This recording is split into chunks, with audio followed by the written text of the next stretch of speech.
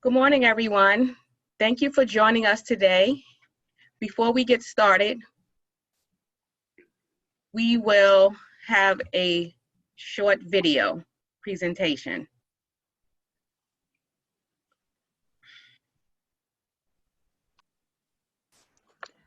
I just need the host to enable screen sharing.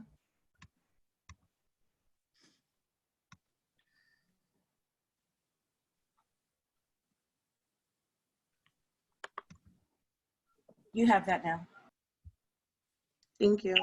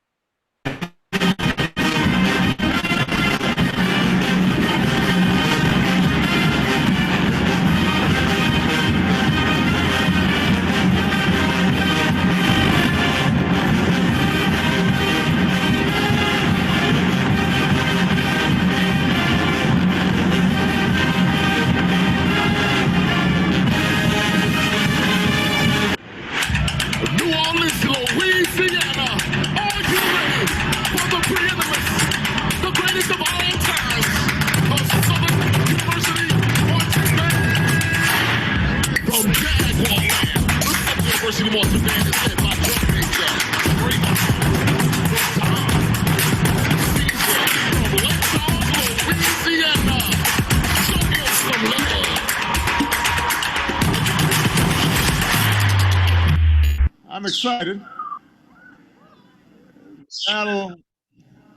The real HU will be taking place in Washington this year. You know I am not going to pick sides. But my understanding is it's been 13 years since the Pirates lost.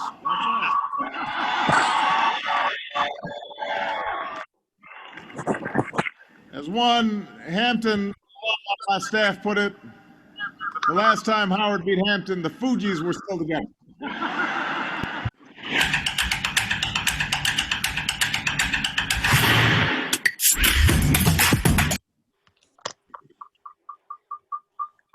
Good afternoon. Well, good morning, everyone.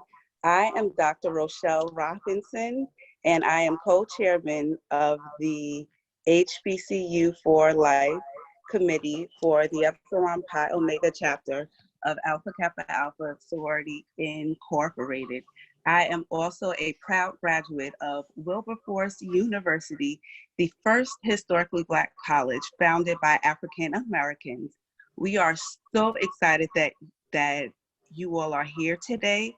We have an amazing panel of HBCU alumni, and before they share a little bit about their story, I want to share a little bit about mine.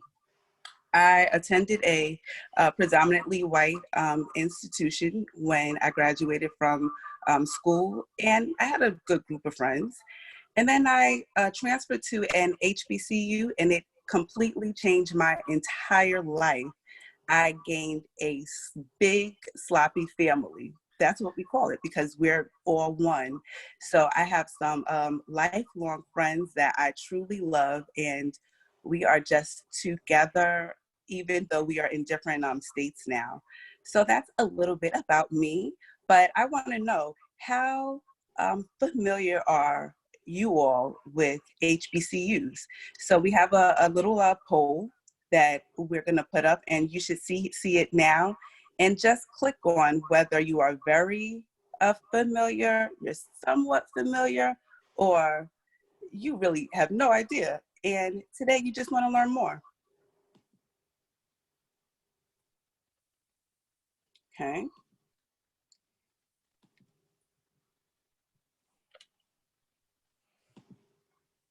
All right, submit your answers. You don't have to answer the last two for right now. So as we go through this today, please, we want you to be engaged. So if you have any questions, see that little chat box down there? Make sure that you drop your questions there. Also, if you are calling in, you can send us an email. I believe that the email is thinkhbcu@gmail.com. So as we get started, we want you to turn your cameras off so that we can actually see everybody who is talking, okay? So I'm gonna pass it over to my co-chairman, Miss Carlene Taylor. Carlene?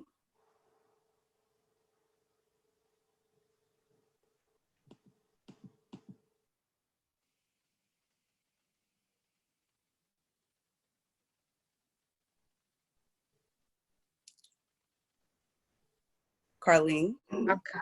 Good morning. Thank you, Rochelle. Good morning, everyone, and thank you for joining us today. Again, my name is Carlene Taylor, and I am also co-chairman of the Epsilon Pi Omega chapter of Alpha Kappa Alpha Sorority Incorporated's HBCU for Life Committee. I am a proud HBCU graduate of the famous and historic Tuskegee University. Today, our goal is to provide facts about HBCUs and to demonstrate the value of attending such fine institutions of higher learning. Believe it or not, today in 2020, many people still ask the question if HBCUs are viable options for graduating seniors who seek higher education. The answer to that question is an unquestionable yes. Why? I'll answer that question by painting this picture. Booker T. Washington, George Washington Carver, Lionel Richie, Martin Luther King Jr., Thurgood Marshall, Oprah Winfrey, Debbie Allen, Felicia Rashad, Taraji P. Henson, Samuel L. Jackson, Spike Lee, Common, and Will Packer, just to name a few. All powerhouses, icons, all graduates or strong affiliates of HBCUs. HBCU graduates have left their mark and accomplishments on every walk of life and area of endeavor. It goes without saying that these United States would not be considered exceptional without the opportunities afforded by HBCUs. And after you hear from our dynamic panelists today and their amazing backgrounds, you'll get the point. The HBCU experience is not only about academics, but it also strives to provide a positive life experience and a true investment in you, all while constructing in you the tools necessary to compete on any level you so choose. How? By instilling in its students an overall sense of self, strenuous educational studies, and an overwhelming cocoon of love that intuitively teaches the student they are worthy of their place in this world. What it provides is a safe space to develop into your God-given purpose. One thing to note is that there are over 100 HBCUs throughout the United States. Just to make this personal, why did I attend an HBCU? I was introduced to HBCUs from a little girl. Both of my parents were HBCU graduates, and my father specifically is a graduate of Tuskegee. He was always very active in the Tuskegee local alumni club. The club members were very close, like family, and from a young age, I could see the love and passion they had for their university. I also recognized how accomplished these individuals were and looked up to them. Witnessing them convinced me that attending an HBCU is what I wanted from my college experience. It was the absolute best decision I could have made. I grew personally, made lifelong relationships, and left there well prepared for life and for the professional world that awaited me. And now, to move on with the program, I would like to introduce the president of Epsilon Pi Omega, Ms. Stephanie Smiley, who will bring greetings. Thank you. Good morning, everybody. And on behalf of the Epsilon Pi Omega chapter of AKA here in Southeast Queens, welcome to all of you on this Zoom event. Today, so many have taken to the streets in protest, which is appropriate. But you being here to learn about the historically Black college experience is also an appropriate form of protest. The need for HBCUs is as significant now as it ever was. As we seek ways to validate our rights to be here, even to exist here in these United States, what is provided by HBCUs to young people proves more and more invaluable. So as you listen to the presentations and discussions by this amazing panel today, don't think of it as just another thing about college.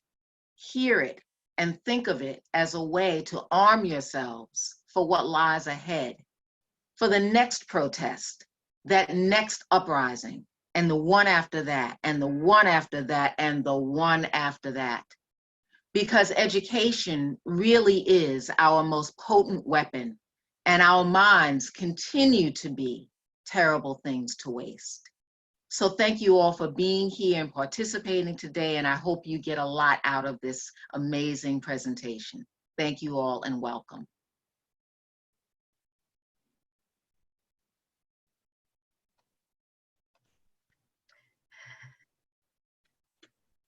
Thank you. And now I would like to introduce our moderator of the panel for this afternoon, Ms. Kelly Muse Kirkland. Kelly Muse Kirkland is a 1999 graduate of Morgan State University, where she majored in political science. After 1 year of working with the Department of Juvenile Justice, Kelly attended the City University of New York New York School of Law, where she received her Juris Doctor in 2003. Presently, Kelly is the Bureau Chief of the Hate Crimes Bureau at the Brooklyn District Attorney's Office. In her role as a prosecutor, she supervises other assistant district attorneys and investigates individuals who commit certain crimes based on a person's race, religion, gender, sexual identity, age, or disability. Kelly is a member of Alpha Kappa Alpha Sorority Incorporated, Epsilon Pi Omega chapter. And now I present to you Ms. Kelly Muse Kirkland. Thank you, Carlene, for that excellent and wonderful introduction. Thank you, everyone, for attending today. I am so excited to be here to talk to you about one of my favorite topics, historically Black colleges and universities. I've wanted to attend an HBCU since the days of school days in a different world, which, you know, kids today don't really have access to those types of television programs. I often credit my success to my family, God, and of course, the illustrious Morgan State University, because when I went there, I was a different person. I was a shy, child who, just wasn't aware of what is going on or in the world. And leaving Morgan State University, I had the confidence to apply for any job, to walk into any boardroom, to know that I had the right to have a seat at every table.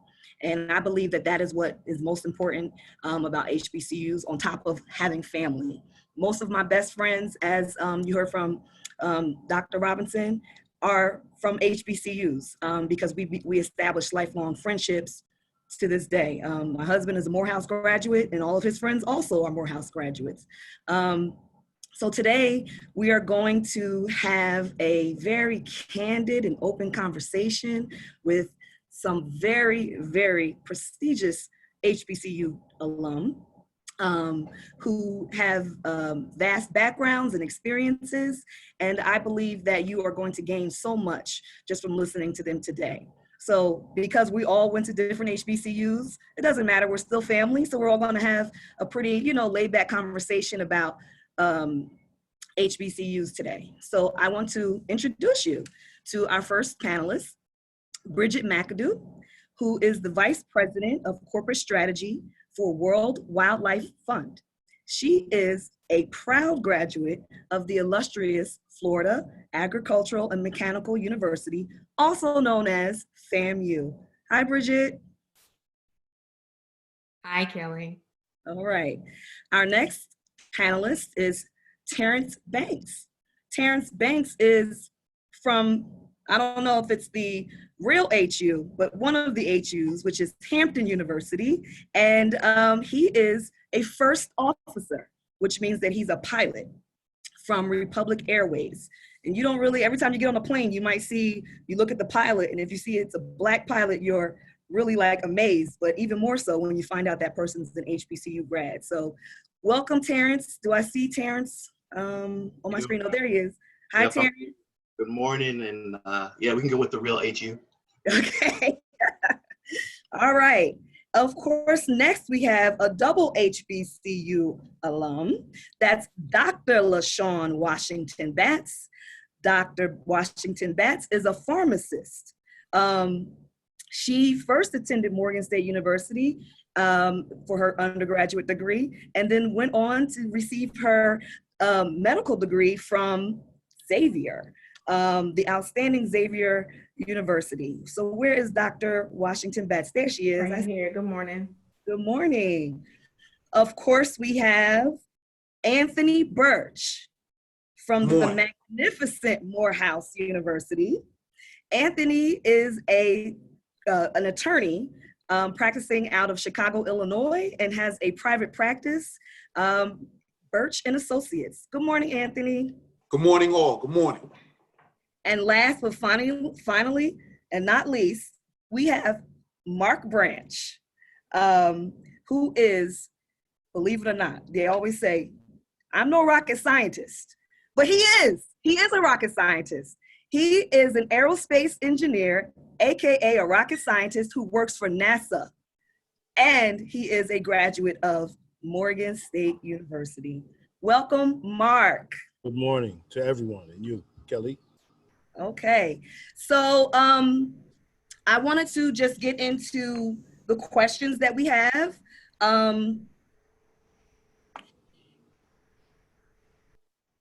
All right, so the first question is, why did you attend an HBCU? And if you had to do it again, would you?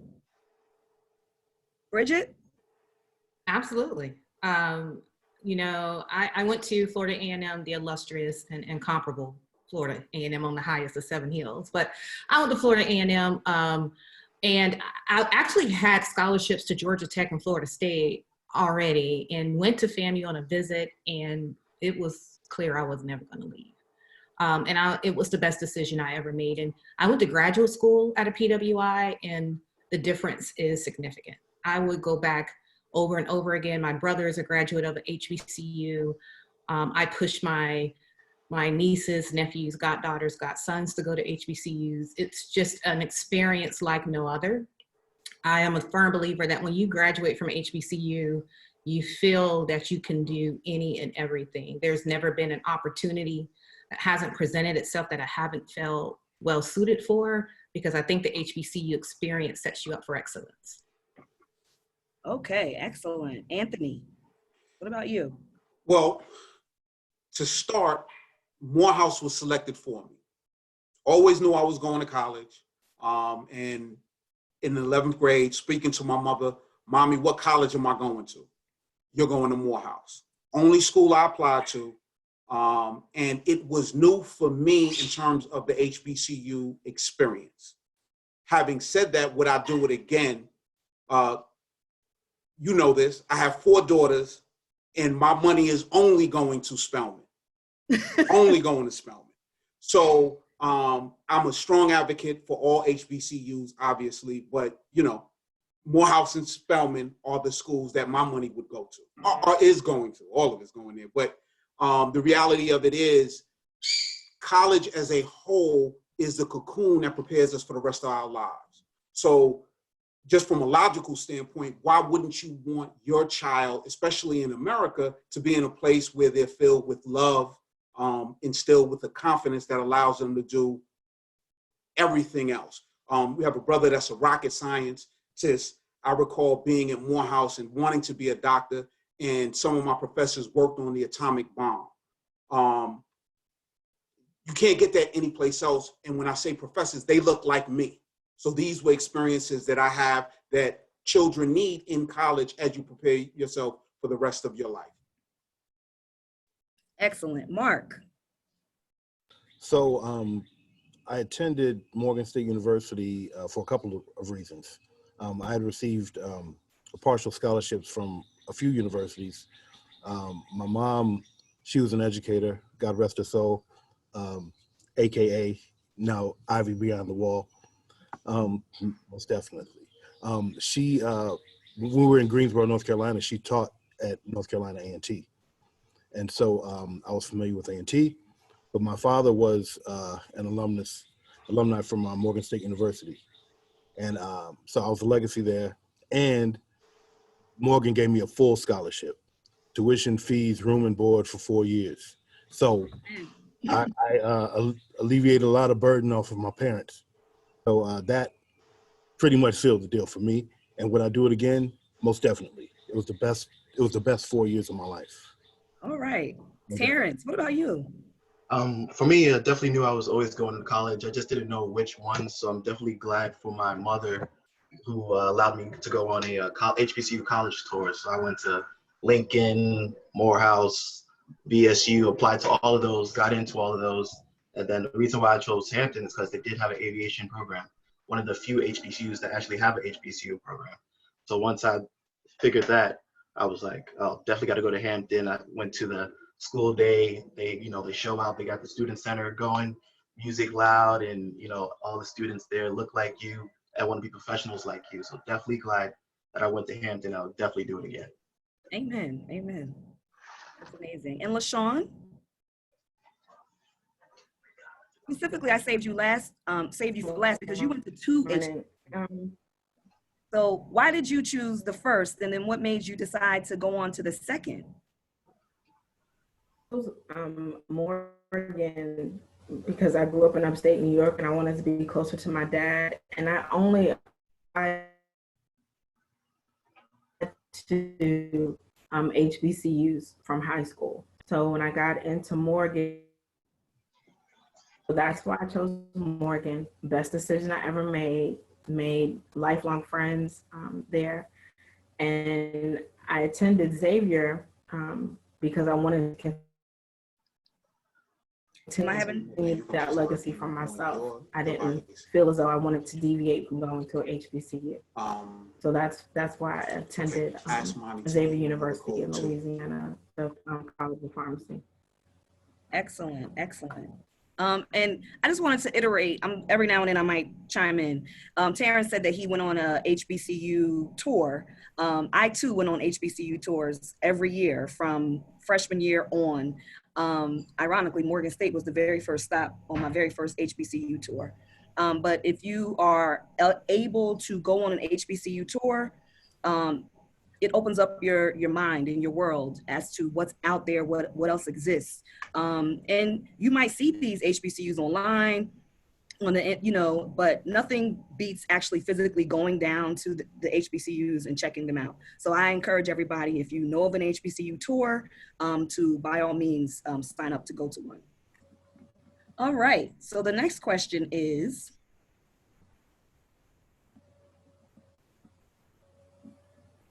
sorry. In your opinion, what makes the HBCU experience different than the experience of an individual who attends a PWI? And a PWI is a predominantly white institution. Why an HBCU over PWI? Mark? So for me, it was an easy answer. It's all about family, and it's just more close-knit at an HBCU, in my opinion. Even from just a pure educational standpoint, I believe the lecture halls are smaller. The ratio between the educator and the students is smaller, which means that you can have more of an interaction, in my opinion, with the teacher in your classes. And I felt that one of my classes, actually my favorite class at Morgan was electromagnetics, actually. And it was like 5 people in the class, and the interaction between the students and the teacher was wonderful. Just a lot of help, a lot of assistance. No one in this room, no one in this audience has achieved the success that they've had without somebody helping them along the way. And I got that in the HBCU. Excellent. And it meant the world to me. Excellent. What about you, LaShawn? I think the sense of community, coming from where I grew up, a lot of people, they say that you're an Oreo, you're black on the outside, but you're white on the inside. And when I got to Morgan, I felt completely enveloped by the culture. Everybody was very welcoming, and it was, compared to today, from when I went to Morgan, it's a completely different university. The buildings, they've done so much. They've had so much infrastructure, money infused into the university. So when I go to homecoming and stuff, I'm just in awe of how much Morgan has grown. When I was there, we were in the days of sitting in because we didn't have any hot water and things like that. So we learned early how to advocate for oneself. So it taught me how to be an advocate for not just myself, but others. And it was a really good community experience. And it taught me to have more confidence in myself as an African-American individual and be able to speak up for myself. Excellent. Bridget? The engineering school at Florida A&M is combined with Florida State. So I actually had classes at both, but it was such a significant difference when I would take a class at Florida State versus FAMU. And while Florida State, the way the tier system and the way the education system works against HBCUs, even though they might have had more of the better rooms or the better books, the professors and the experience was much better from Florida A&M. And the graduates were all coming out of Florida A&M, the ones who actually matriculated from the engineering school. But even as I look at it now, me having an undergrad degree from an HBCU, my husband graduated from a PWI, and his only sense of community is the fact that he has his fraternity and he's very active in his fraternity. Yet for me, I've lived in 12 cities and visited 44 countries. In every single country I've gone to, I found somebody from FAMU that greets me right when I get there and makes sure that I feel like I have a friend. Every single city I've lived in, every time I go someplace, the first line of communication is usually an alum. I don't have to know them.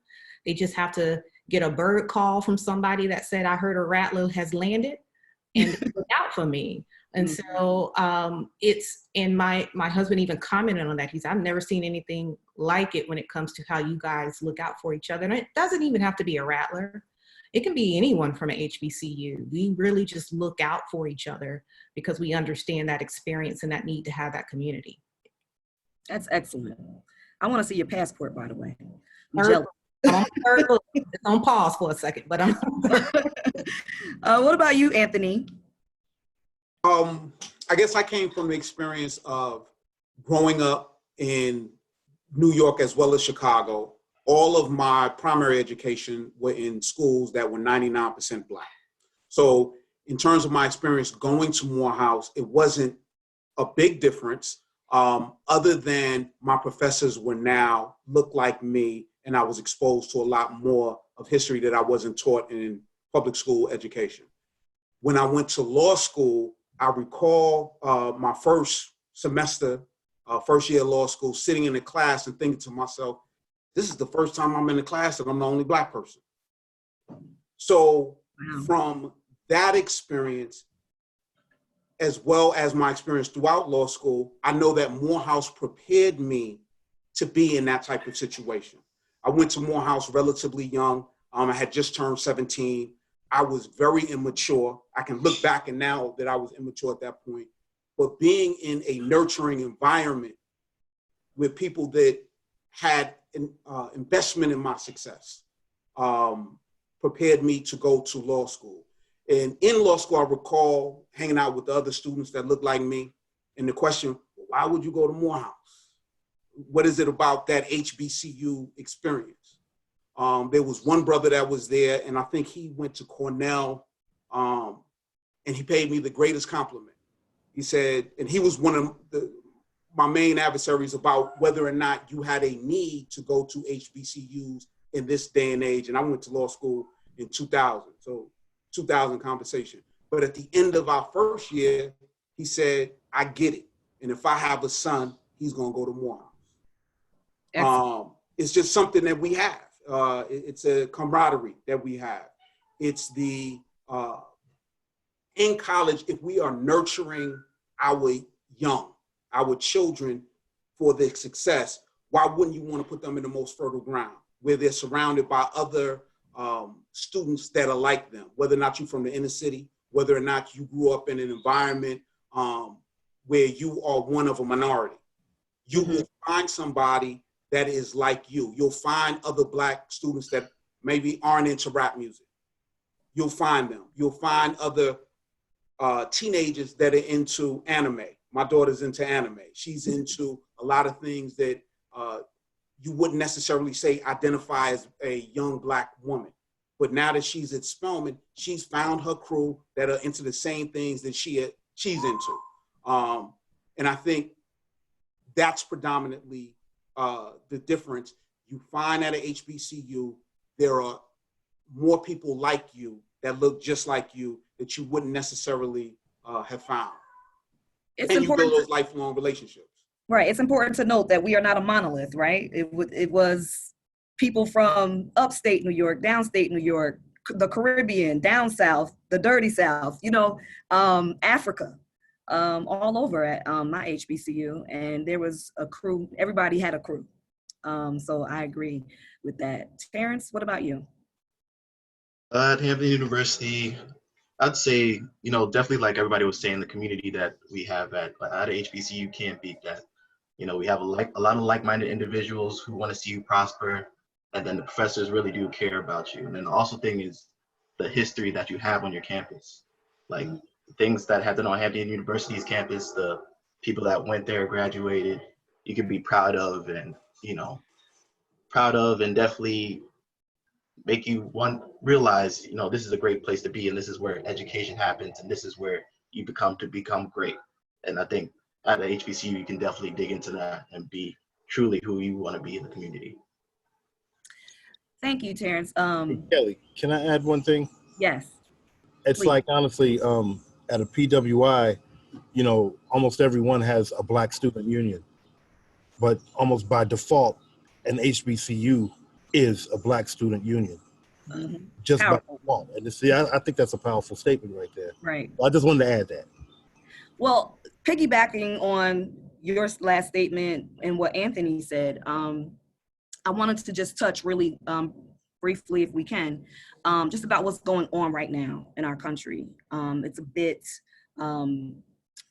sad. Well, it's not a bit sad, it's very sad. How would attending an HBCU be different from a PWI in dealing with what's going on right now in our country and what happened last night and the night before and the night before? Anthony? I think the discussion changes. It's interesting a lot of times when we ask the question, like the questions presented to the forum, why HBCU versus another school? No, I think the question is, why would you go to another school when you got an HBCU? Right? I mean, that's the question. So when we talk about our current events, the question isn't necessarily how do we interact in this particular system versus how do we change the system to interact with us, because we're worth the system changing to interact with us. So as an attorney, and the focus of my firm is really criminal defense, a lot of times the question that I ask is different than what my counterparts would be, and whether or not is what we're talking about fair to everyone, right? To my clients that most of the time look like me.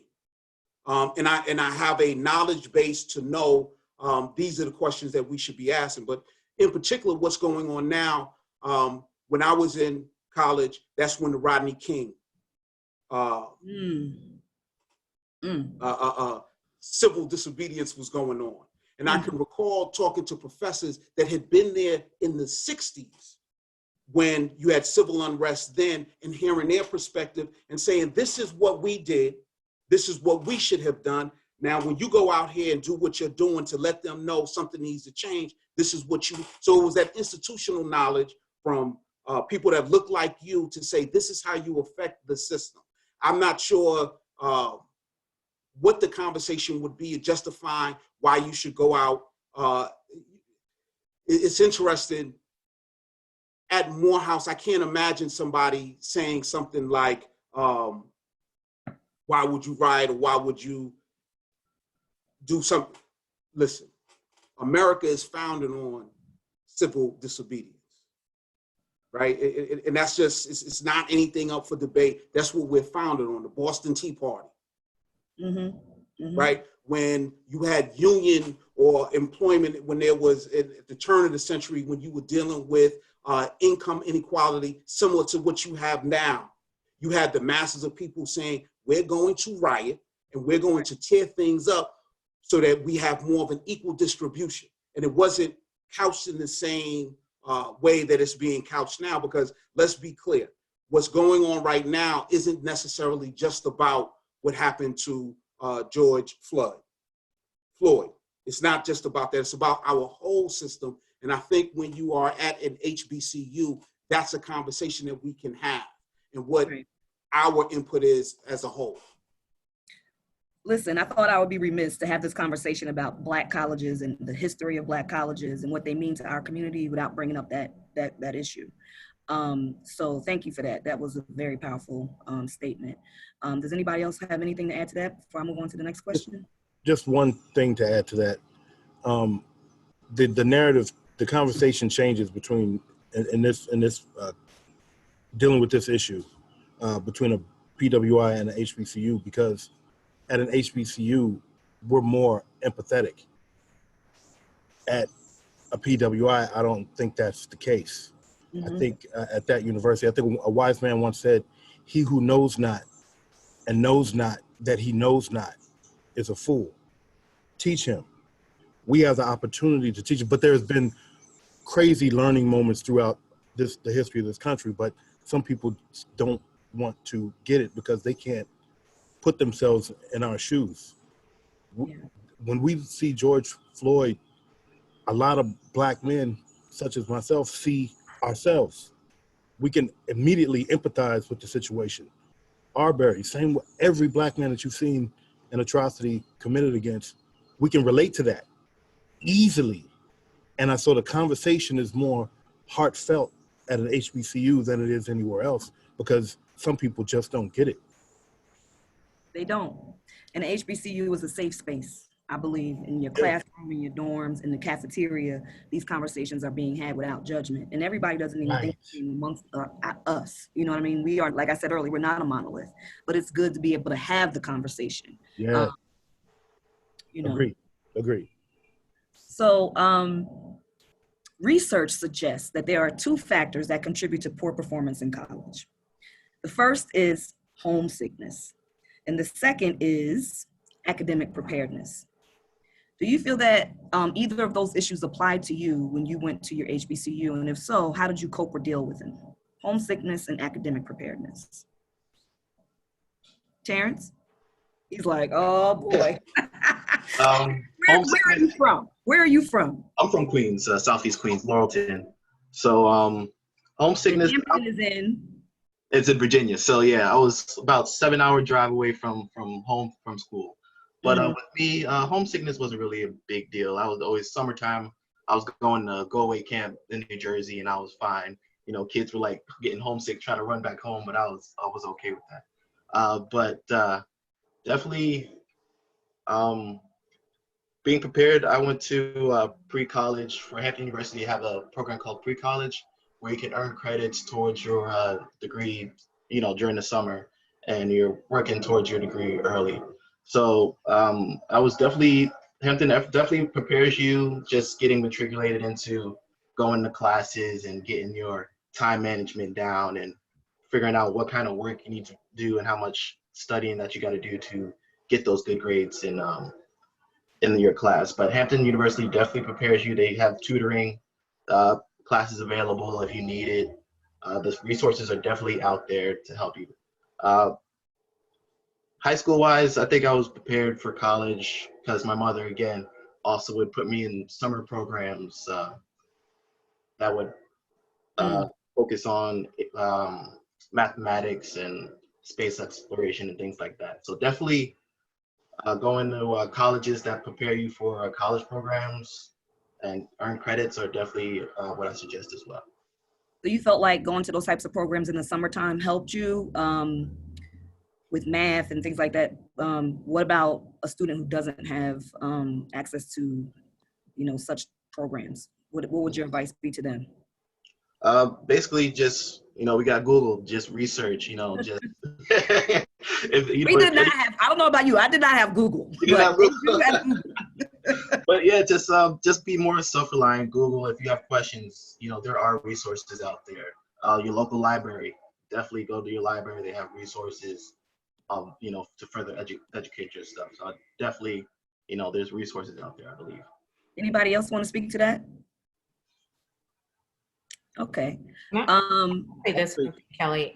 When I started Florida A&M, it was already one of the toughest schools to get into, and that's not even just being an HBCU. My freshman and sophomore year, we were Time Magazine's #1 university in the nation. And that's not just about HBCUs, that's just nation, across, we were over Harvard, over any other school, we were #1. We had the most graduates of Rhodes Scholars. So when I, came into FAM, I felt like this family because I came in on an academic scholarship, but I also knew that everyone coming in at the same time as me also were coming in with these very strong backgrounds and from high school. So it was, I think you kind of felt that you needed to be prepared to join that class. And so when I tell students now, when I see them at FAM, I tell them there's a history and a legacy where you have graduates like Will Packer and Keisha Lance Bottoms and Common from FAMU, that we have a history of excellence that needs to be upheld. And I'm proud to see the university trying to, and the administration making sure that we get back to where we were, to be in that school that is #1 in the nation, and also the #1 grad school to have graduates with Rhodes Scholars. So I think when people think about HBCU and PWIs, they think our education is second to theirs. And I'm here to say, no, our education is beyond comparable to any other university out there. And that includes Harvard, Yale, or any other Ivy League school. Excellent. So, excellent. Kelly, if I can just add into hello. that. You do have a different experience. I agree with that. Like, I wish I would have. Can you please mute your phone? Thank you. So, so I went to high school in Greensboro, North Carolina. And I went to Morgan State University in Baltimore, Maryland. Despite the fact that my dad lived in Baltimore, I was away from home, but at Morgan, I felt at home. So homesickness didn't affect me because I felt at home, because I was around people who looked like me. I was around people who looked out for me and who cared for me. It was a family experience. And to this day, I have friends going back 30 some odd years to my freshman year, and we're still good friends. We don't have to talk to each other for 5-6 years, but you call me up, and I just had a conversation like this with my friend the other day, talked for an hour, hadn't talked to him in 20 years, but it was like that. So, and as far as academic preparedness, my high school in Greensboro, North Carolina was 90-something% Black. And it was the first high school in the county for Blacks in Jim Crow South. And so my high school had a history of making sure that we were prepared. So I graduated, I was in the National Honor Society, and I graduated with honors and got a full scholarship to Morgan State. And so, so I was prepared. And so, and I felt at home, though I was away from home, if you feel me. I do. All right. What do you guys think? I guess I want to add it. I want to chime in. Wasn't prepared to go to, academically, I wasn't prepared. When I was accepted in the Morehouse, I was accepted on academic probation. I was immature. In terms of homesickness, no, absolutely not. I had a great time. I had a real good time at Morehouse. Put me on the 5-year plan. But that's important because I had professors that saw my potential. I was surrounded by brothers that helped me, older classmates that were, you know, a few years older than me that said, nah, this is how you have to study. And academically, I don't think that I was prepared. I had to take all remedial classes my first semester. But the professors didn't say or did not look at me as though you couldn't learn or you're not supposed to be here. And I can recall, and I can give you instances growing up in public schools where I can recall teachers telling me, this is what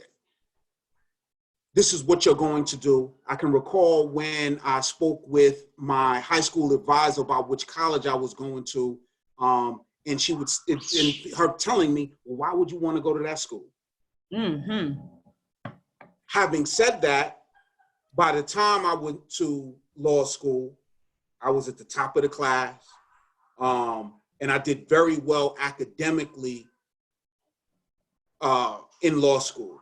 And I credit that to learning how to learn while I was at Morehouse, without it ever being a question of whether or not I should be or not be there, because I felt as though the professors had a vested interest in me. So academically, I probably could have been better prepared going to Morehouse, but going to a HBCU, I know that it's not a question of the people that are there invested in the people that go there and are matriculating there.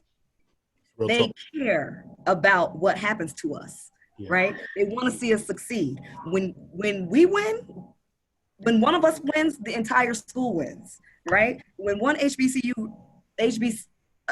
grad wins, I'm HBCU love all day. You know, it means a lot. Hey, Kelly. Yes. I didn't mean to cut you off. I'm sorry. No. To chime in on this question. I wasn't homesick because my father was in Maryland, so I was 45 minutes from him. I too had to take some remedial classes to get myself together while I was at Morgan.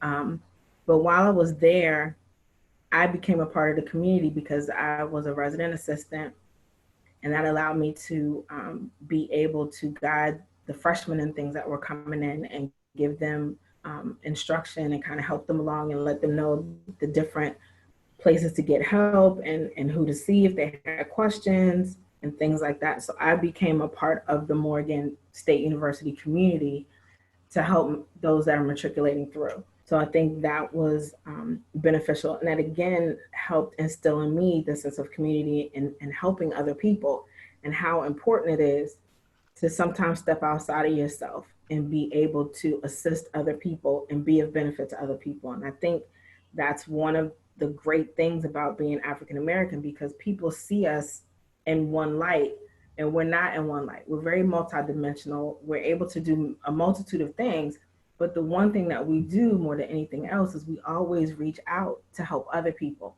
And that's what's not publicized. People don't get to really see what we do in our individual communities where we live, or our church communities, because people, that's not what they see. We just do what we do, and that's what we do.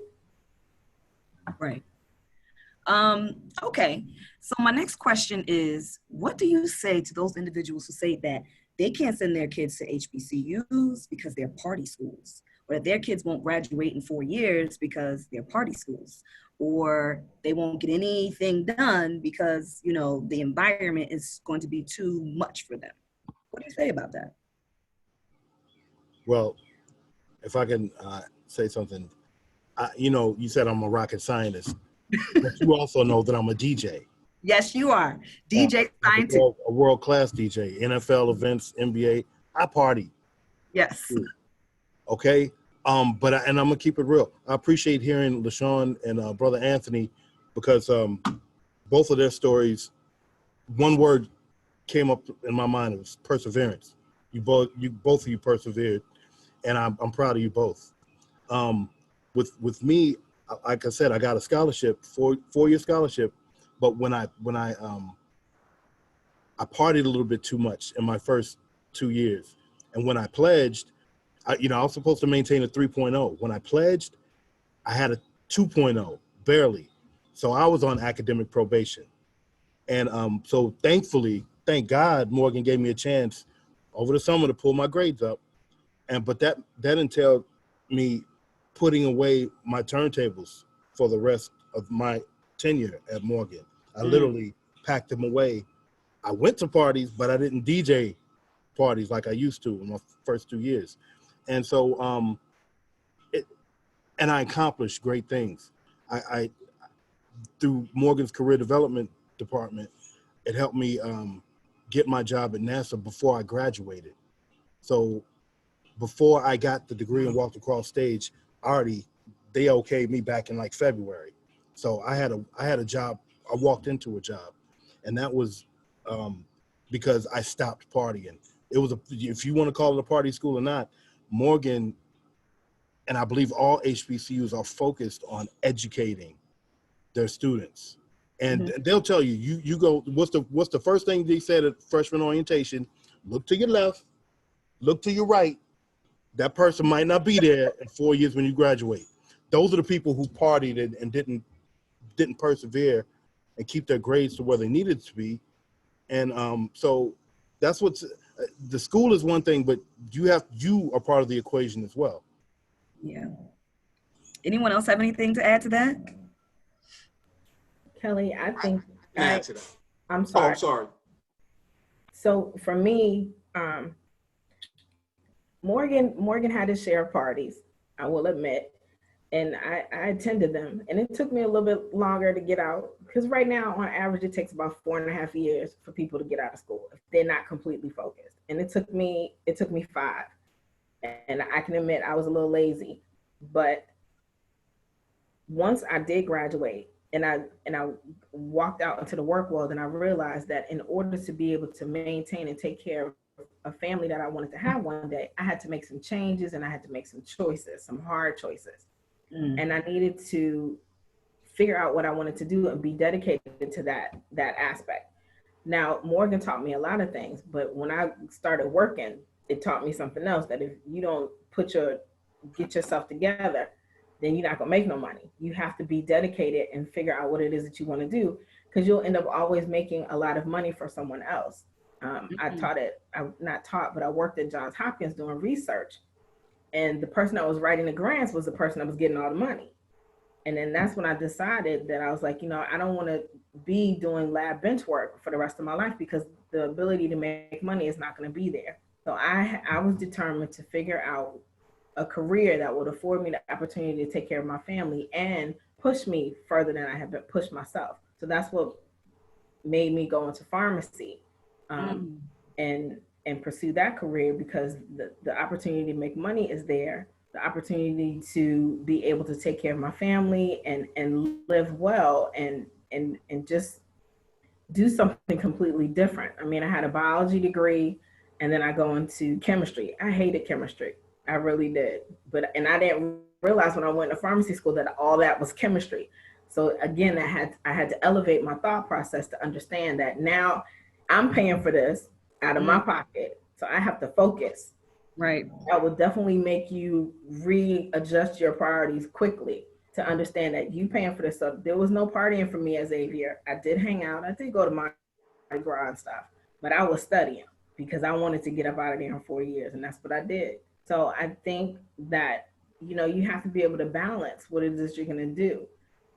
Part of the HBCU experience is attending some of those parties, going and do things with your friends, but you need to surround yourself with a group of friends that are going to be like, all right, we're going for this long. This is what we're going to do.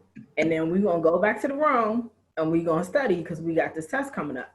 You Right. have to be surrounded with people that have like minds like you do to know that this is serious. Yes, I'm here. It's a college experience. I want to experience life, but I got to get out of here. Mm-hmm. You're right. I mean, at Morgan, they had cheese buses that would take you to every party. So you would just get on the bus and go to the club. And I went to the party. I went to a party Thursday, Friday, Saturday, and Sunday. So that's just what I did. But I was also up at 8 a.m. for class. And that was because for me, I knew I had to graduate in 4 years because I'm a first generation college student. My parents didn't have it, right?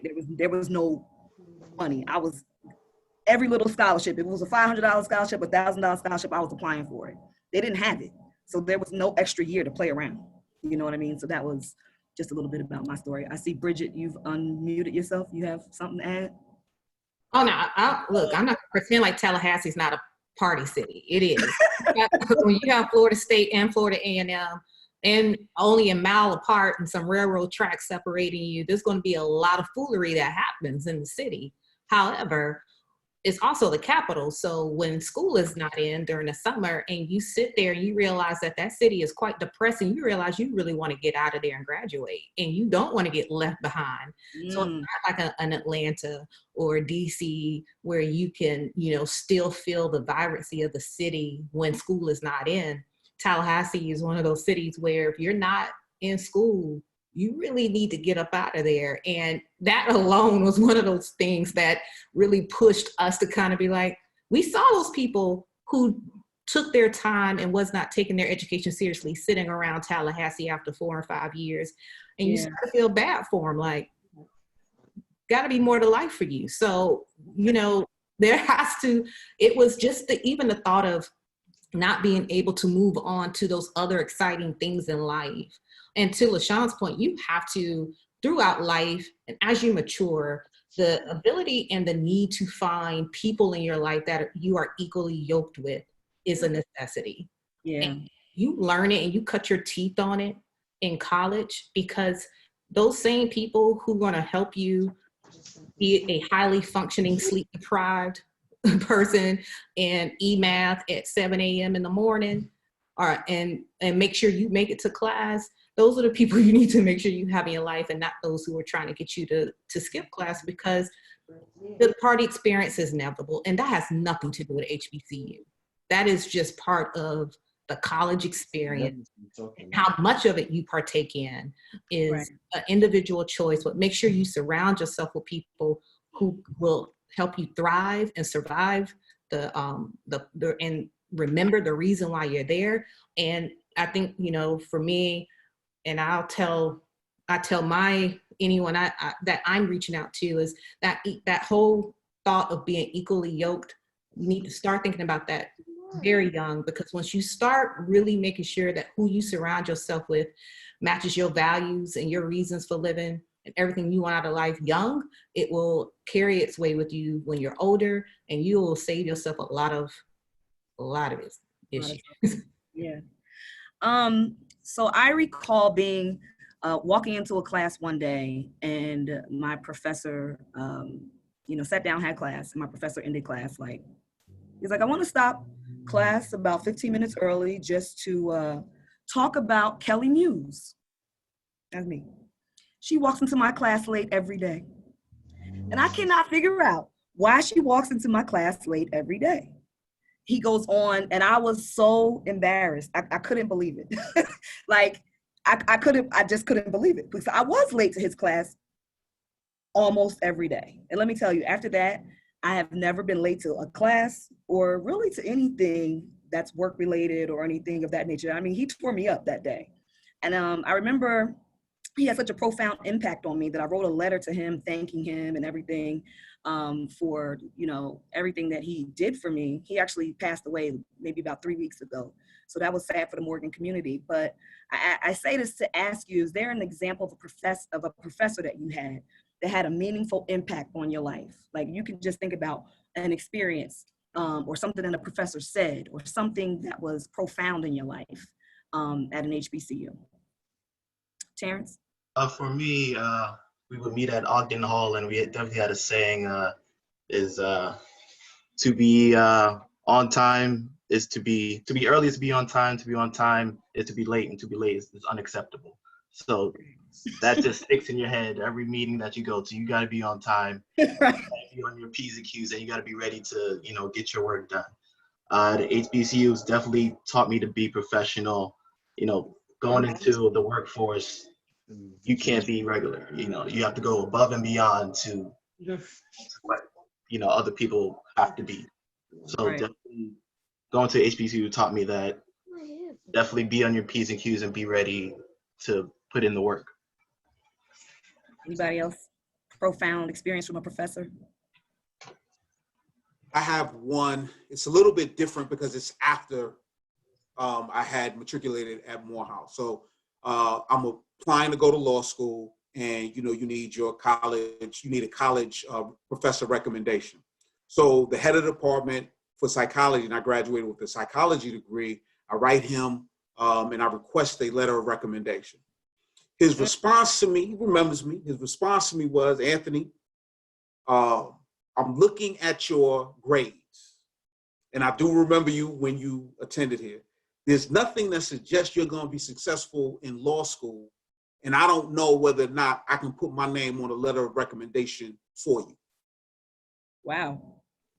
Got another dean of students to write me a letter of recommendation, but he was right.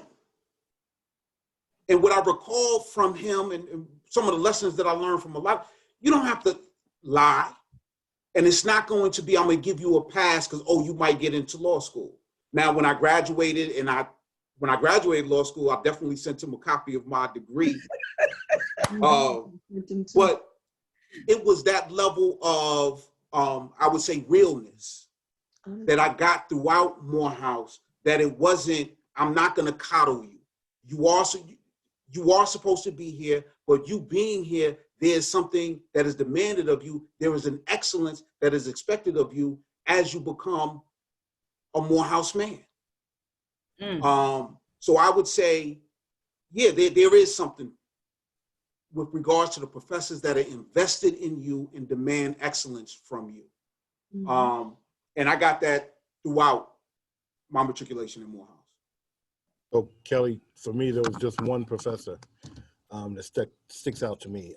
It was Dr. Oliver. He was head of the physics department. When I got to Morgan, I had an engineering scholarship. So my major was electrical engineering. But Dr. Oliver wooed me over to the physics department and said that I could graduate in 4 years with 2 degrees. So sounded good to me. And that's what I did. 4 years, I walked across the stage and I had a degree in physics and a degree in engineering physics. And so that worked for me. I just wanted to, so that one professor, it didn't do anything not to get me hired at NASA. It was actually very attractive to NASA, those 2 degrees. And Wow. I'm still there after 30 years. 30 years at NASA. One of the most stable brothers you ever meet.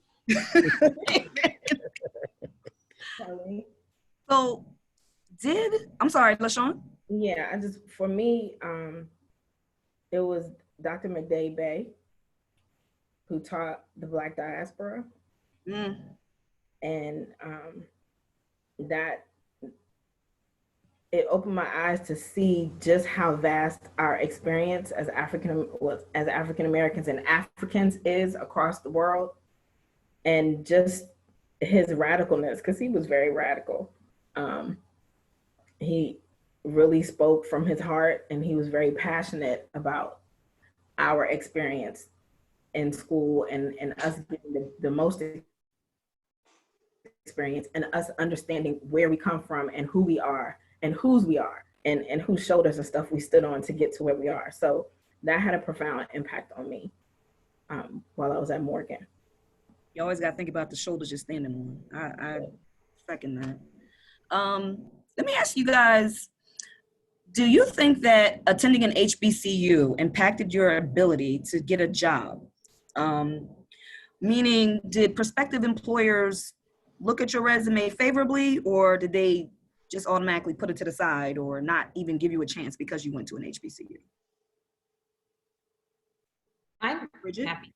I think I think they're, you know, coming from FAMU and some of the other institutions, whether it's Spelman or Morehouse, Howard, Hampton. I think some universities get known or or are known more through the non-melanated atmosphere than others, right? So for me, it was funny to see how many people not so much knew exactly about FAMU, but they knew about our band. So they're like, oh, I've heard of your band. And that was a way for them to start a conversation. But it has never been a hindrance for me.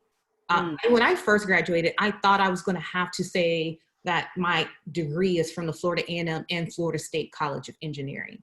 But I never had to do that. It was never a hindrance. It's actually been quite a positive for me. And it's something that I use as a unique descriptor for myself to say I am a graduate from an HBCU. Because if I look at my career, you know, there's not many people from PWI who can say they've had the pivots and the progression in their career than people who come out of HBCUs.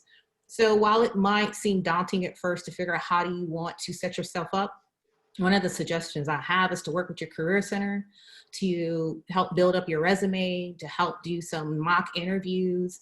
If you're, especially like if you're a business school or anything like that, or engineering school, attend your NSBE conferences or your Black MBA conferences, you know, utilize and leverage the resources that are out there that we've created to be those safe spaces for Black students and for HBCUs, and use them to help make sure that you're ready for those moments. And please, please, please make sure that you get some internships. So while you're in university and you go to your school, talk to your professors and ask them about the opportunities to intern, because those internships really do help set you apart, and it helps to tell the story when you don't have to. I fully agree with that. What looked attractive in my bid to work at NASA was my internship that I got through the physics department at Morgan State. I worked at the National Institute of Standards and Technology, NIST, and that prepared me. So she's right. But one thing that's vitally important is the school that you're trying to attend accredited?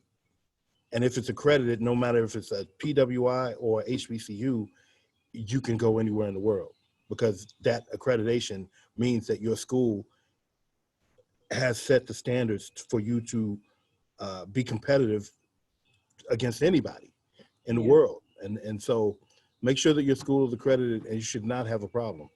So I work besides people who went to Stanford's, MIT's, Cal Berkeley's, Caltech's, Georgia Tech's, RPI, you name it.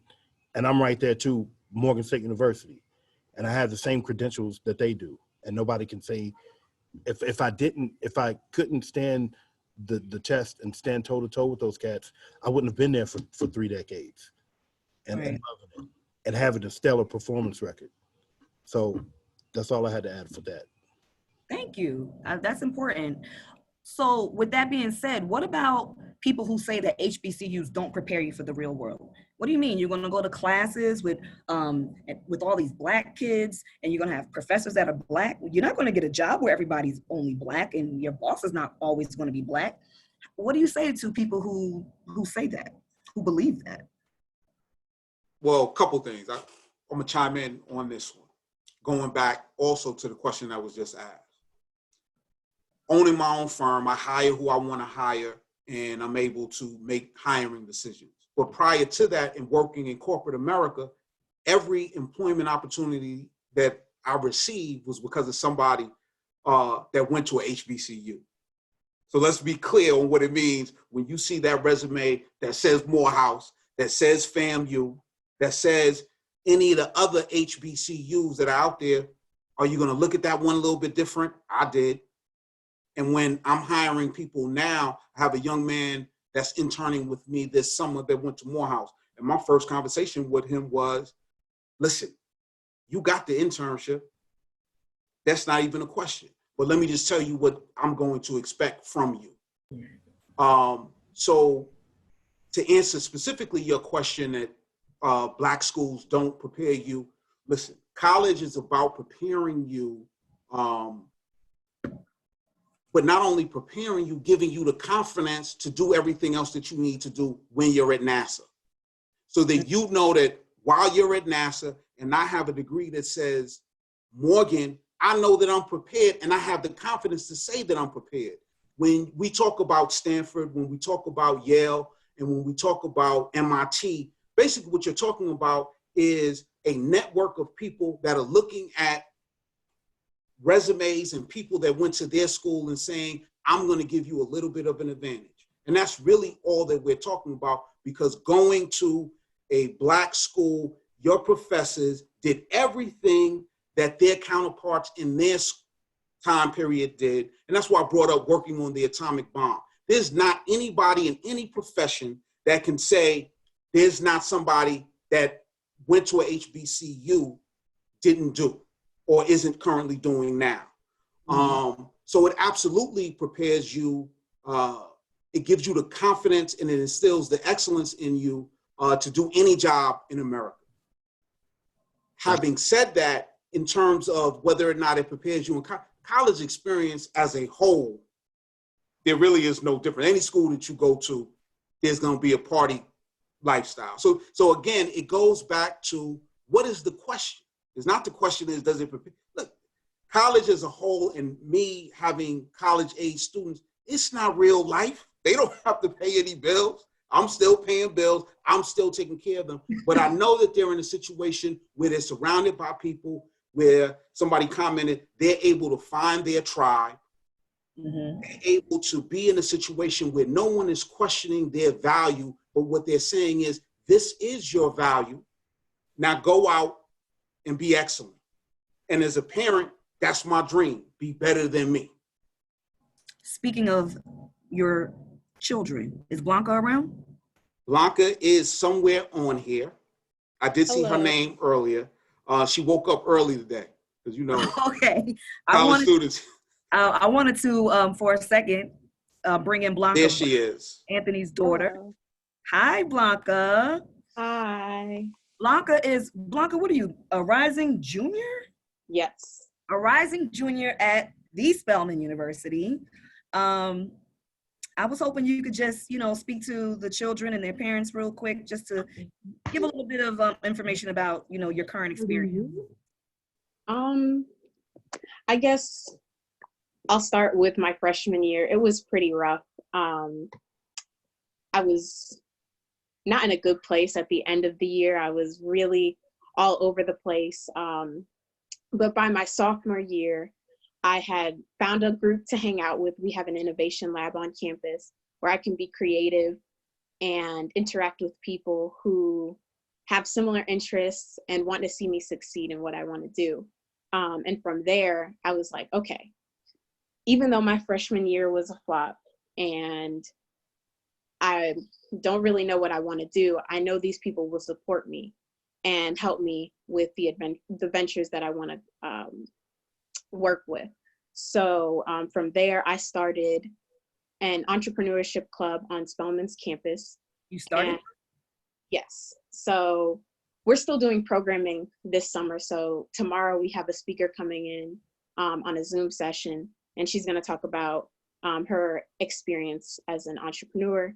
And we're going to be doing that all throughout the summer. So Spelman students can know more about entrepreneurship, because we don't, I think it would be nice to know a little bit more about starting your own business, because I think even now with the pandemic that we're going through, people are seeing that you can't just rely on one job.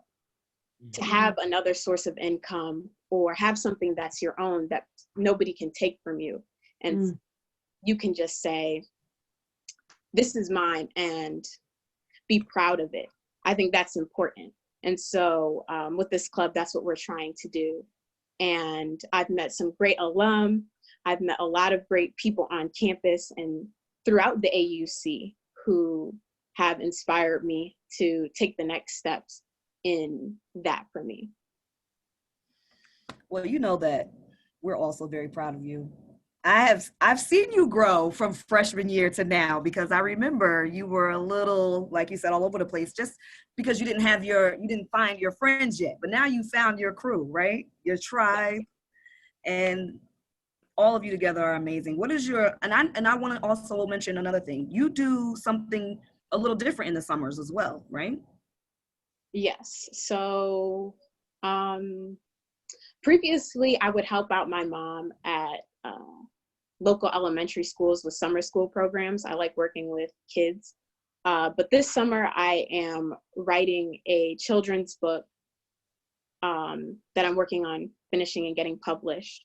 So that's what I'm doing this summer. I'm working to hear back from an internship with Venture for America, and I'm running my club this summer. So, yeah. And there was Japan. Did you go to study somewhere? Oh, last year I studied abroad in Japan. We were there for a month, and we went to Josai International University, and that was just an amazing experience. I was like, I'm definitely coming back. Y'all, this isn't the last you've seen of me. So with that, I know that I want to have a career where I can travel and interact with different people and educate them about Black culture, because like my father said earlier, I like anime, and I watch a lot of anime, and the way that they portray Black people, in my opinion, it's like, I know you haven't interacted with Black people, because that's just not what we do.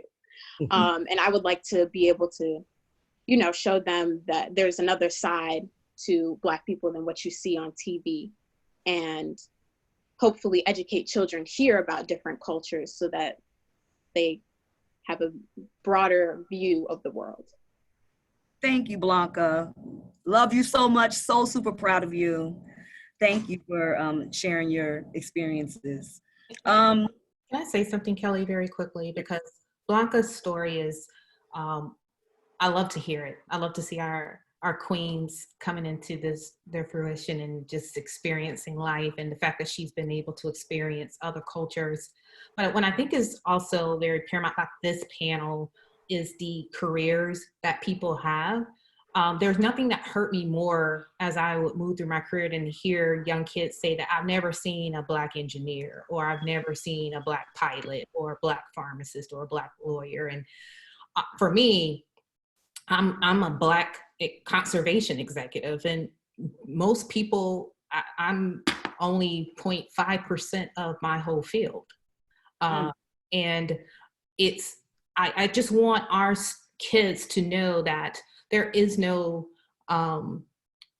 prescriptive path that you need to take and to be successful in your career. There are pilots, and there are engineers, and there are aerospace scientists, and there are lawyers and pharmacists, and there are people who save the environment that look like us, and they don't have to have any type of prescriptive stereotype to what that looks like or what success looks like. And I want them to know that there are careers that are not what you see on TV, that are still meaningful and impactful and that change the world. So whether it's anime or whether it's the environment, I want our kids to understand that the world is theirs to explore, and that you just want to make sure you interact with as many people as possible so that you can see that there's so many opportunities out here for you. I would have never known I was going to be doing what I do now when I went into engineering school. But I stepped out on faith, and God has ordered my steps, and I've been extremely blessed to be able to experience extremely different pivots in my career, because I, one, had faith, two, I had faith not only in God, my family, but I also have faith that I was prepared because of what FAMU put into me to take on all these different things. So I hope that they see this panel, they hear Blanca, and they realize that there is no one path for us. Yeah, man, it's so important what Bridget just said. It strikes to the importance of why we, everybody on this panel, and our like-minded peers, need to go back and reach out into the communities and do more outreach. Because I've gone into communities, especially like in Baltimore and in DC and in PG County especially, where the kids that I've interacted with have not been outside of a 5-mile radius of where they live. So they don't know that they could be an engineer. They don't know that they could be a lawyer. They don't know that they could be this or that because they haven't been exposed to it. But that's why we have to reach back. And I got a beautiful opportunity because I was a 4-time guest DJ on Rap City in the basement with Big Tigger. And I actually, at the time, got to pitch a NASA program called SHARP. It was a summer high school apprenticeship research program. It was big. And so normally, cats who wouldn't have seen that message on a forum like Rap City saw that. So I got a lot of calls that I inspired them to reach out to their cousin, their little brothers, their little sisters, and to share that they could do this. You see that guy doing this, but he's actually a DJ too, but he's also a rocket scientist too. You can do anything you put your mind to. That's the point. And so, I do a lot of STEM outreach, but I've actually incorporated the A into it and made it STEAM, because that arts is the bridge that attracts our people, because there's science in the music, there's science in the dance, there's science in the artwork and math. All that stuff is wrapped up in it. And we have to bring that message to them. And so I just encourage everybody to do more outreach. I'm doing a lot more outreach virtually, where I've done sessions with classes from my office in Greenbelt, Maryland. I've done sessions with cats in Atlanta and at FAMU. I've gone to FAMU to do some STEM outreach and virtually. There's a lot of things that we can do to reach back to these kids to show them the light, because you see what's going on right now in this pandemic, where we had stay-at-home orders and a lot of people are working from home remotely. Right. Think about it. Everything is still moving forward. So this is maybe a drill for the future that's going to have less people in the workforce. So if we don't get our kids attracted to careers in science, technology, engineering, and math, they're going to fall behind, because I keep telling them now, they have robots that can flip burgers. Yeah. Okay, they have robots that can mop floors. Those menial, not to look, I mean, sound condescending, but those types of jobs are not going to be available.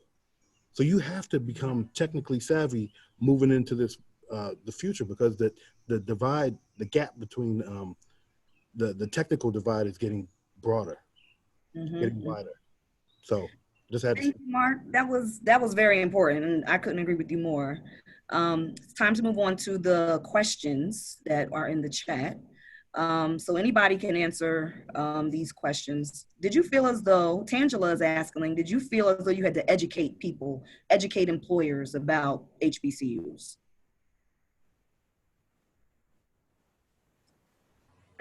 This is LaShawn. I didn't feel as though I had to do that once I finished with pharmacy school, because Xavier is known to produce a significant amount of pharmacists, African-American pharmacists.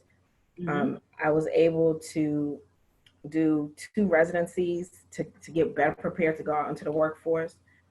And after my last residency, I actually moved to Albuquerque, New Mexico, and I taught at the University of New Mexico, the College of Pharmacy there, for 2 years before I moved back to the East Coast. So I didn't have to explain where I went to school. I think the thing is that once you obtain that position or you get that job, it's important that you stay focused and you do what you're supposed to do, the demands of that position, so that there's never a question for somebody coming behind you that went to the school that you went to, so that you leave a legacy that says, oh, okay, well, I've had somebody that went to Xavier or FAMU or Morehouse, and I know the type of job that they're going to do. So I don't have any more questions about having somebody that's going to come from an HBCU, because I know the level of work they're going to do. So I think that it's important to make sure that if you're the first to come through the door, that you make sure that the door stays open for other people that are like you to come through. And you don't mess up. You make sure that you're on time, Kelly, that you're on time every day. Yes. And that you're doing what you're supposed to do while you're at work, and that is your focus, and you stay focused, and you leave a legacy of, you know what, I will hire her back. And that's just for anybody, not just for us, but for any job that you do. You want to make sure that you do what you're supposed to do, so that if you ever need to come back, that they will take you back with open arms. Amen. Yeah, I didn't have to explain myself to any job opportunity as well. So, Hampton prepared me I built my resume. I had an internship with NASA when I was at Hampton. I had an internship with United Airlines when I was also at Hampton.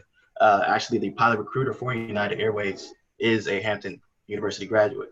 So we have the HBCU network is amazing. Like we have people up in higher echelon that can get you where you need to be. So I did not have to explain myself or because my resume spoke for itself. Like Excellent. Excellent. Does anyone have any advice or tips for students and parents today that you wish your parents knew back in the day or back when you were applying for college, when you were in high school and middle school? Any advice?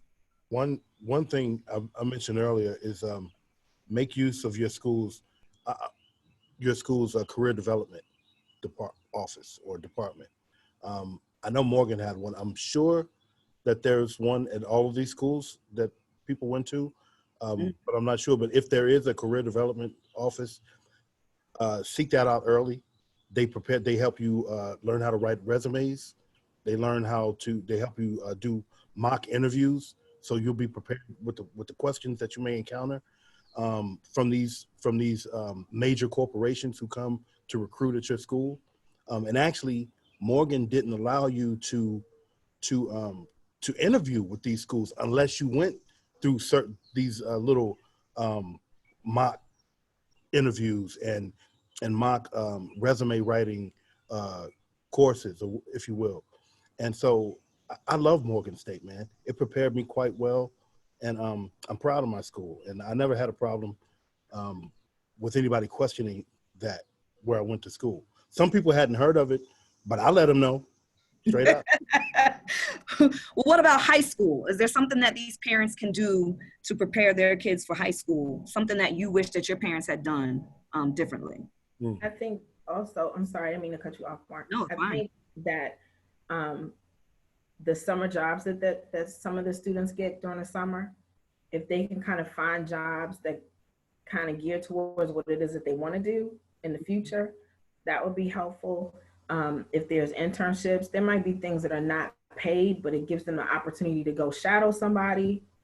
Anything that's going to give them the opportunity to have the exposure to the job or the career field that they want to go into, even if it's 2 weeks, you never know. 2 weeks can have a profound effect on somebody and can change the trajectory of their life if they're just exposed to things. There's a lot of the students that don't get exposed, like Marcus said earlier, they haven't been out of their 5-mile radius. And it's the exposure that allows them to have their eyes open so that they can see that the world is vast and there's a lot of different careers. And some students go on to make their own careers, make their own jobs, make their own line of income. So just make sure that your child is exposed. And I know that's easier said than done because there's some areas that may not have the different information fused into the area where you live, but just seek it out. If you know somebody that lives in another state, they may have information.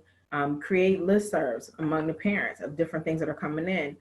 Reach out to people at your job to see if there's internships or if you know somebody that, you know how we do, I know somebody that knows somebody that knows somebody that got something going on. Let's reach out to them. I'm gonna send you to go live with your aunt for 2 weeks because she can expose you to X, Y, and Z. Just expose your child to anything and everything to get their mindset geared on going to college, being involved in what's going into college, and helping them develop their community, their network, because they're going to need that network when they get finished, when they get out of school. That's going to help them to the next level.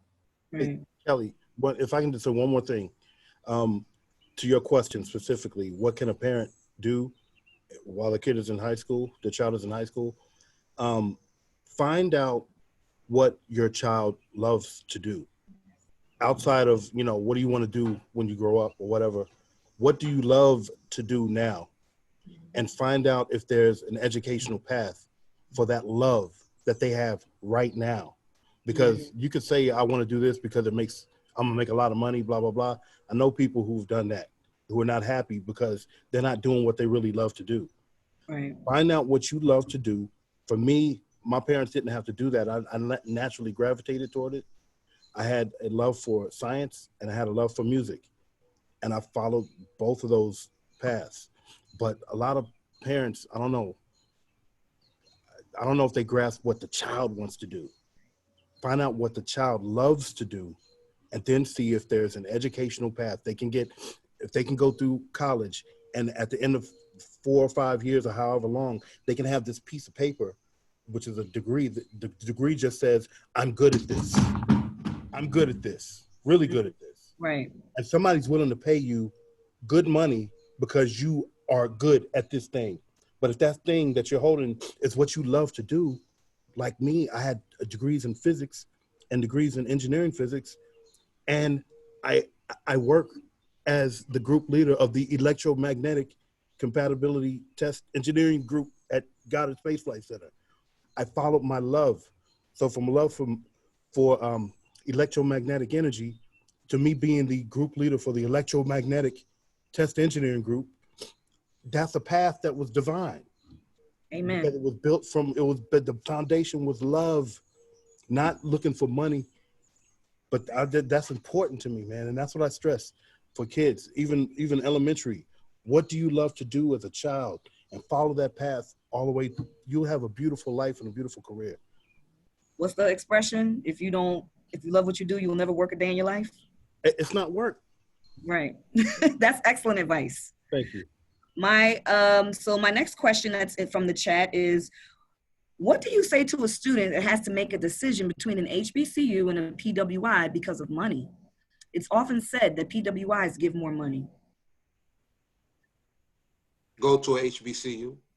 If it's worth it, I mean, again, for me, a lot of these questions aren't necessary. It's how you phrase the question. There's no difference technically between, I'm not saying technically, there's not a big difference between a Mercedes, a lot of people like Mercedes, and a Volkswagen. But you're going to pay more, you'll go into more debt to go and buy a Mercedes. Any HBCU, in my opinion, is better than go someplace where you're wanted, and it's not a question of whether or not you took somebody else's space. Why, if I can protect my children for that for 5 or 6 years, however long it takes, why wouldn't I want to protect my children from that type of thought? We all grow up in America. We're all used to dealing where we're not necessarily the majority. We're in situations where there's a question of whether or not we should be there. When you are at a HBCU, that question has been removed and you are able to figure out what you love, and you're exposed to so many different things. So you can know what it is that you love, and whether or not you know when you get to college or you still trying to figure that out in an environment where you're able to figure that out. You're able to see people that are doing what you may want to do and speak to them. In terms of what I would tell somebody in high school now, go to a HBCU. Go during their homecoming. It's interesting. There's no question ever asked of whether or not you want to go to Michigan State or any of the other Big Ten schools. Going into college, I didn't play any team sports. And so I would always, including Kelly's husband, would always joke, you that tall, you don't play basketball, you don't play any sport. No, I didn't play no sports. But I went to a whole bunch of school with a whole bunch of other people that didn't play any other sports that looked just like me. But you get to see all of Black experience in America when you go to a homecoming and you get to see it. Just like if you good and you look at TV and they have it on TV when they have the football games at the Big Ten schools, you get to see that with people that look just like you. And when you're in that crowd, you'll see, oh, he's a lawyer, she's a doctor, he's a rocket scientist. And for Black children to see themselves, because a lot of times as when I look at some of my clients, I see myself, and that's a different, Kelly, you can speak to that. When you see a defendant and you say, well, wait a minute, he looks like my nephew. Absolutely. It's something in your mind that triggers, maybe he deserves a different chance. And it's being able to identify yourself in either somebody that's older than you and you want to follow a path that they follow, or if you're dealing with somebody that looks like you in terms of employment or doing business that looks like you, it makes a difference. But that's what I would say. One last thing I would add, you got to study abroad. You have Well, to that's study a question in the abroad. chat, actually. Okay. They're asking, do HBCUs have study abroad programs? I don't know of any that does not have one. So I think, yes, I would guess venture to say they all do. And I would, for my children, that's a requirement. Just like Bridget talked about, often when and I do a lot of travel, often when I travel outside of the United States, I like to say, I get to see what the world really thinks of us, and it's normally very, very positive. And it's not what people would think. So absolutely, and all of my daughters have traveled internationally. My second oldest daughter, Grace, is attending Spelman. They've all been out of the country. All of them, except for the youngest one, have been to Africa. It's important so that they can see other people that look just like them doing things that you don't see typically in American, the media that we do. And every time I've traveled outside of the country, I've seen other, not a lot, but I've seen other people that look just like me and my family traveling. So study abroad is a definite. Okay. And I would say go to HBCU. Can I say one thing, Kelly? Because I see a lot of questions around the financing, right? And PWIs, the assumption that PWIs are going to give more money. Maybe it's because it's a minority scholarship or they have more money to give than HBCUs. There isn't a university that doesn't have scholarships. So scholarships are scholarships. HBCUs have scholarships just like PWIs do. And like both Mark and I said, we both went on full rides to when we first started our universities. I think one of the differences for me when you talk about is the return on investment worth it? Is it, one person asked, is the debt worth it? You're going to have debt whether you go to a PWI or HBCU if you're not on scholarship. But I can tell you that my network is stronger than any person that came out of a PWI, and that's including whether you're Black or white. Because our network is stronger than just my FAMU network. My FAMU network is, strong. But you add the other HBCUs to that, and it's even stronger. I didn't know you, Kelly, but Casey said, Bridget, I need a favor. And that's my FAMU sister, so it's done. Like she didn't even have to ask twice. And I think there's something to be said about the fact that it's more than just that piece of paper. It's your ability to walk into rooms, have a seat at a table in a room, to have a voice in a room, even when you're not presently there. And that is what HBCUs give you. And that's what your institution gives you when you come from a school like, Morgan State or FAMU or Spelman or Morehouse. We lift each other up. And so that ROI, that network, because let me be clear, I'm very blessed to have an engineering degree. But that's not what got me my jobs past a certain part of my career. It's who I know and how I did what I do that got me those jobs.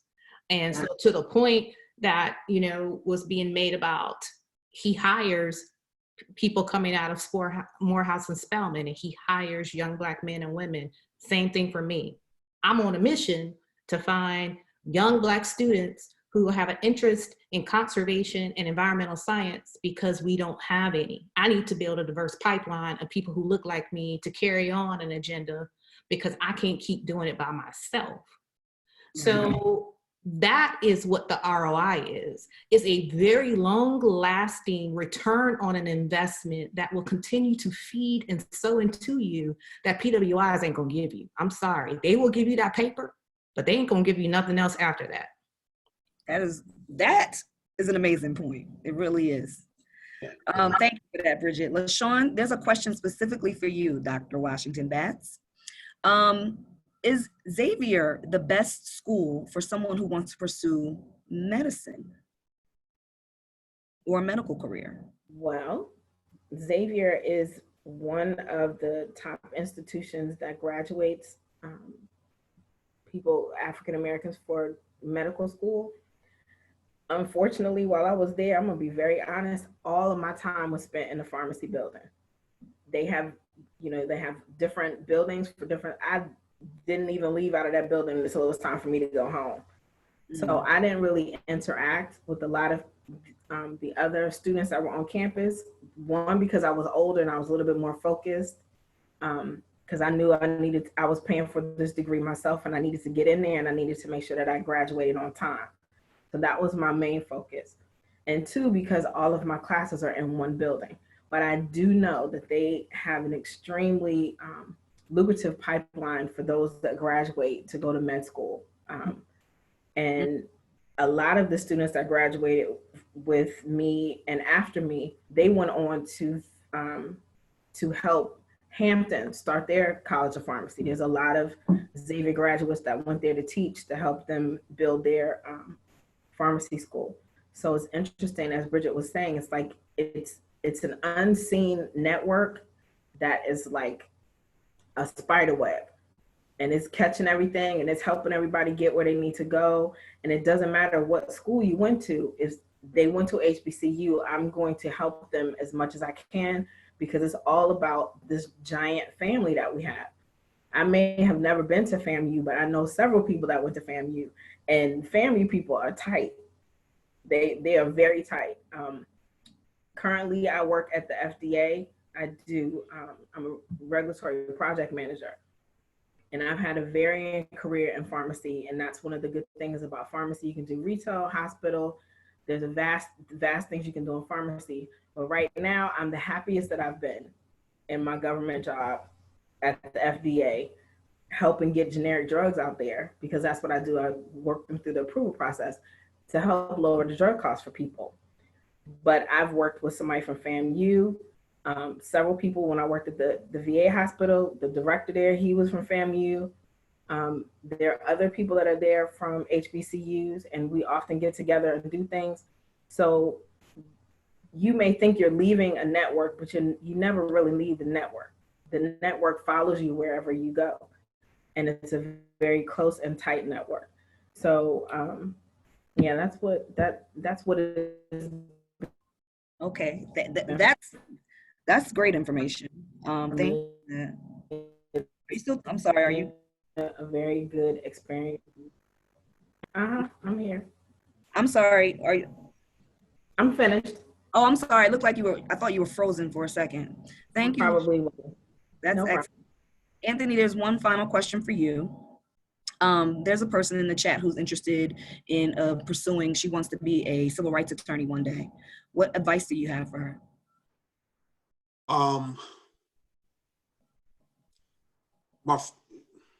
Go to HBCU, and that'll give her the foundation that she needs going into law school.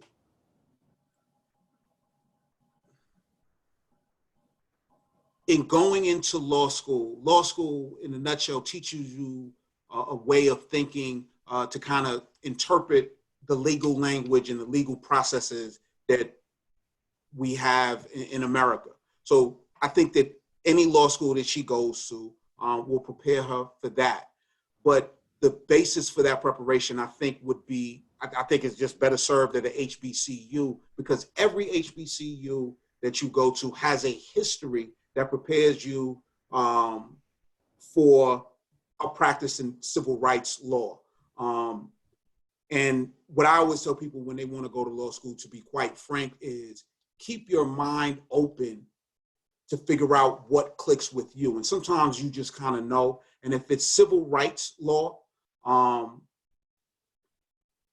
think knowing history and having a great foundation in history will help you in the practice of civil rights law. I think the law is just, law is just one of those practices where you get better over time and you get better by doing.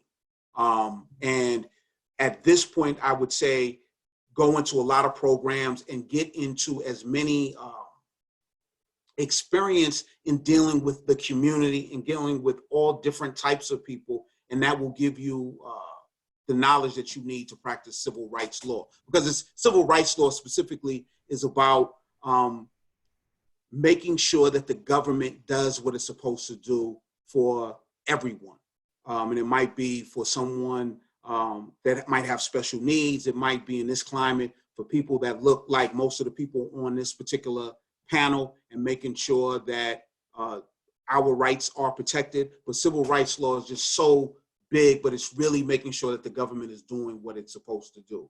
And I would say the foundation for that really starts with working with the community that doesn't necessarily get heard all of the time, or necessarily have the resources or knows how to navigate our system.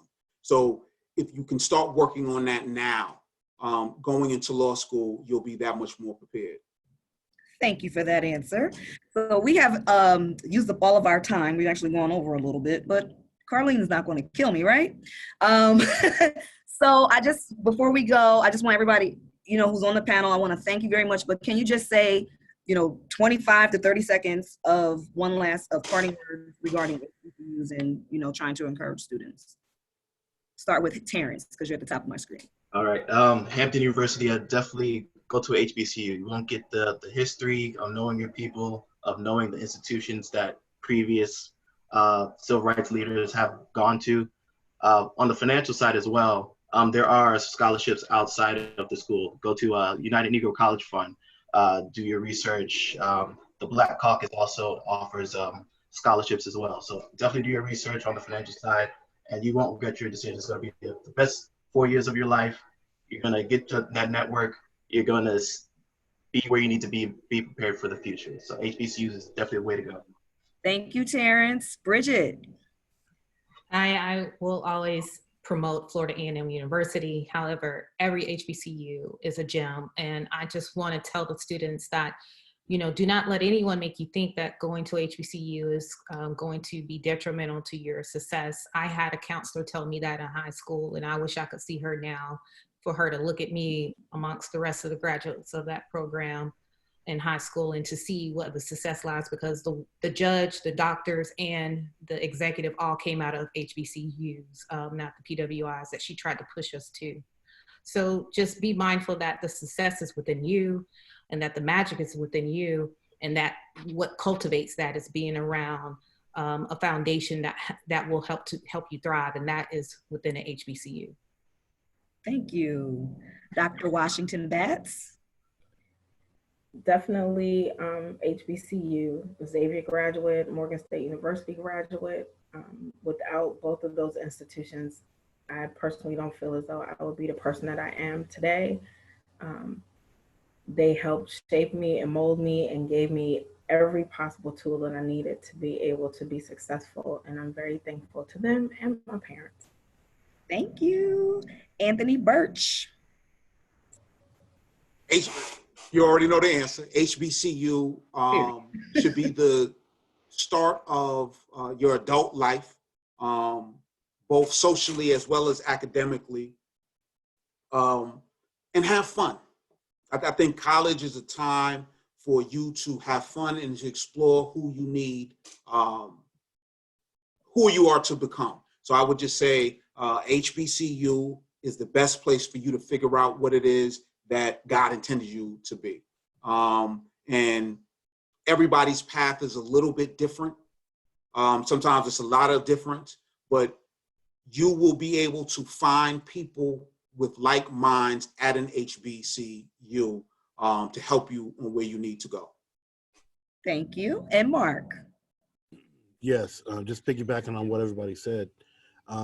My HBCU experience, again, was the best experience that I've had in my life. The best 4 years I've had in my life. If I had a chance to do it again, I would. I met lifelong friends, and my instructors prepared me thoroughly to compete with anyone in the world. It's a global experience. And I'm thankful that I made the choice to attend Morgan State University. I love it. And I still love it. Thank you, Mark. Thank you, everyone. If you look at the comments in the panel, everyone was very, very, very appreciative and said it was an insightful discussion. You are eternally in my heart for taking out the time to do this today, but we're not done yet. I'm going to pass the mic to Lynette Shelbourne to talk to you about the census. Hi, good afternoon, everyone. This was a very dynamic inspiring and informative session.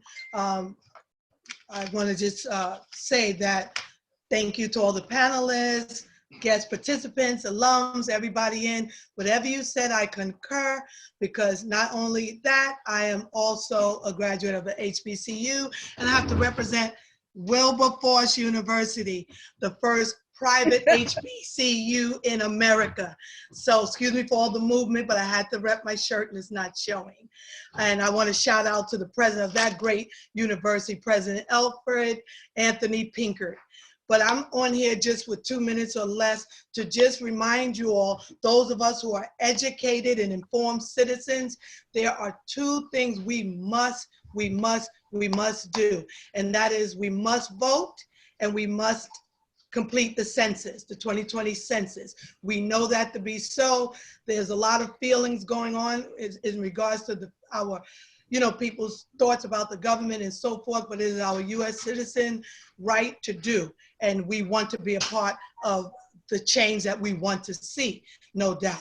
So I just want to say to you, for those of you who may not know, we don't know who's on the line, but an executive order issued by the governor allows all eligible primary voters to request an absentee ballot for the June 23rd, 2020 primary elections, and to help prevent the community spread of COVID-19. So we're able to participate in voting through an absentee ballot.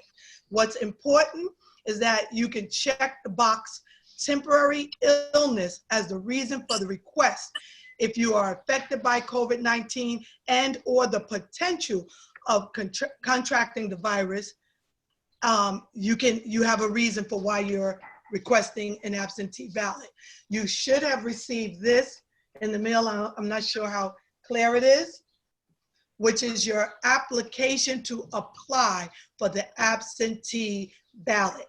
I'm going to give you the website, if we're writing that down, please. www.elections.ny.gov/voting_absentee. And then there's another website that provides a lot of detailed information, and that is www.vote.nyc.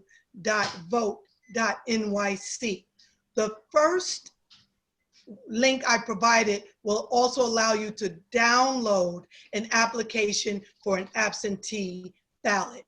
Two important dates to remember, and I will close on the topic of voting. That is June 16th is the last day to postmark an application or letter of application by mail or send an email or fax for an absentee ballot. June 22nd, last day to apply in person for an absentee ballot. So you have the website too, and you have the information I shared in regards to the deadlines. Finally, Census 2020, you can complete your census right now after we sign off from this event, and that is your 2020 census.gov. And you can complete your census on the spot. And I would ask that everyone on this call, I believe it's 106 showing right now, if you share this information, especially about the census, with 5 of your friends and or family, we will have accomplished 600 of us completing today if we had not already done so. So census, 2020 census, and complete your absentee ballot so that you can vote for the primary election. Thank you very much. Thank you, Lynette. This is Dr. Robinson back. Wasn't that amazing? That panel was completely top notch. And I just want to say that do not let this conversation stop here. Continue talking about it. Talk about it with your friends. Talk about it with your parents. And if you have any questions, please reach out. Our email is akaepiothinkhbcu@gmail.com.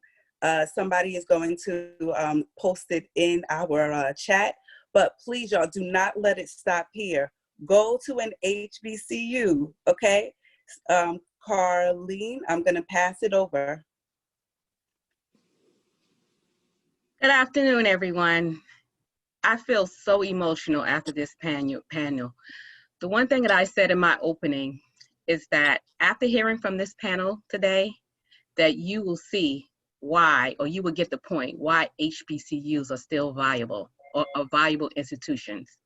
And after hearing from this amazing panel and their story, that came through loud and clear. The one thing that you can tell, or hopefully that you saw today, is that graduates of HBCUs, we are truly passionate about our universities. And the love and passion that we have for our universities comes through loud and clear. So we really hope that you enjoyed this panel today. Thank you all for coming.